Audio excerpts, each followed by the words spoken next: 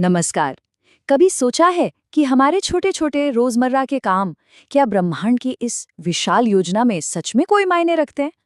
ये एक बहुत गहरा सवाल है और आज हम भगवत गीता में इसके जवाब को खोजने की कोशिश करेंगे। हम सब कभी ना कभी ये सवाल खुद से जरूर पूछते हैं, है ना, कि क्या मेरे एक छोटे से एक्शन से, मेरे एक काम से कोई बड़ा फर्क पड़ता भी है, या फिर ये बस उस विशाल समंदर में एक बूंद की तरह है जो पल भर में खो जाती है। जानते हैं, हजारों साल पहले भगवत गीता में इस सवाल का एक बहुत ही सुंदर और गहरा जवाब दिया गया था। ये श्लोक सिर्फ कोई धार्मिक बात नहीं है, बल्कि ये सृष्टि के उस शाश्वत नियम का खुलासा करता है जो हम सबको एक दूसरे से जोड़ता है।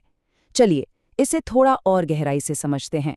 तो देखिए, भगवान कृष्ण इस श्लोक में हमें जीवन के एक पवित्र चक्र के बारे में बताते हैं। एक ऐसा चक्र जो पूरी सृष्टि को चलाता है।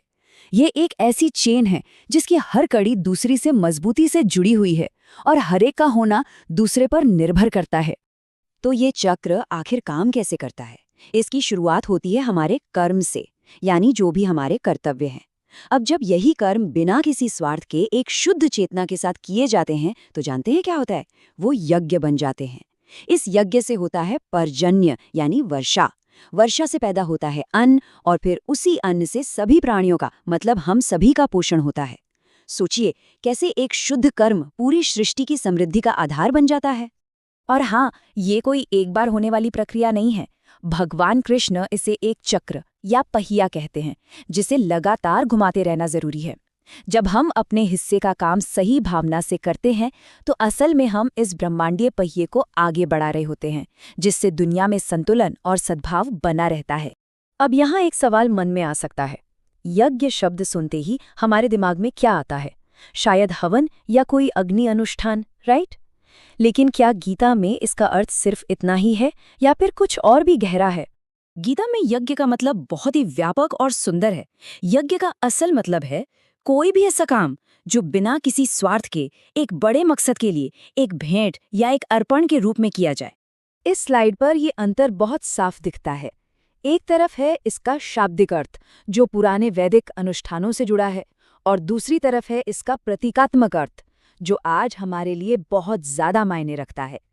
पता है, आपका काम, समाज की सेवा, यहाँ तक कि पर्यावरण की देखभाल भी एक महान यज्ञ हो सकता है। बस शर्त यह है कि वो समर्पण भाव से किया जाए। और इस नज़रिए की सबसे खूबसूरत बात जानते हैं क्या है? ये हमारे रोज के छोटे छोटे कामों को भी एक गहरा अर्थ दे देता है। एक टीचर का पढ़ाना, एक डॉक्टर का इलाज करना या एक किसान का फसल उगाना, ये सब एक यज्ञ बन जाता है। एक ऐसा यज्ञ जो सिर्फ उस व्यक्ति को ही नहीं बल्कि पूरी दुनिया को पोषित करता है, उसे समृद्ध बनाता है। तो फिर इस महान चक्र में हमारी भूमिका क्या है? और क्या होता है जब हम इस चक्र का हिस्सा बनने से मना कर देते हैं? हमारे हर कर्म का हमारे भविष्य पर क्या असर होता है? चलिए देखते हैं। गीता में इस बारे में एक बहुत साफ चेतावनी दी गई है। भगवान कृष्ण कहते हैं कि जो इंसान इस चक्र का पालन नहीं करता और सिर्फ अपनी इंद्रियों को खुश करने के लिए जीता है, उसका जीवन पापमय है और व्यर्थ है। ये बहुत ही मजबूत शब्द हैं जो हमें हमारी जिम्मेदारी का एहसास कराते हैं। देखिए, एक स्वार्थी जीवन के परिणाम बहुत गहरे होते हैं। ये सिर्फ ब्रह्मांड के संतुलन को ही नहीं बिगाड़ता, बल्कि इंसान को अंदर से खोखला कर देता है और भविष्य के लिए नकारात्मक कर्मों का बीज बो देता है।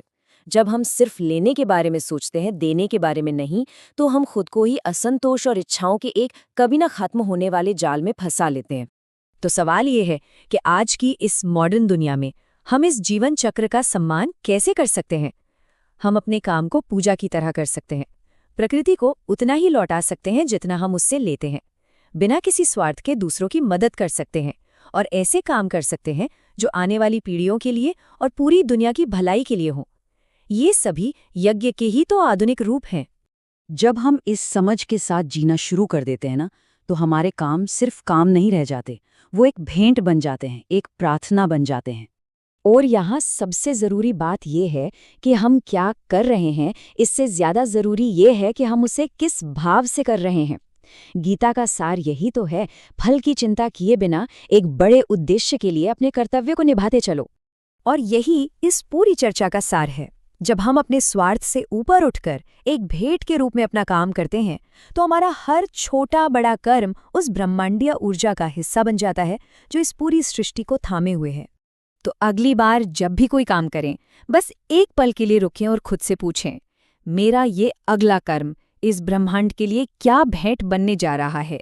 ये एक छोटा सा सवाल हमारे हर काम को एक गहरा अर्थ दे सकता है। सोचने के लिए ये एक बहुत ही सुंदर ख्याल है ना?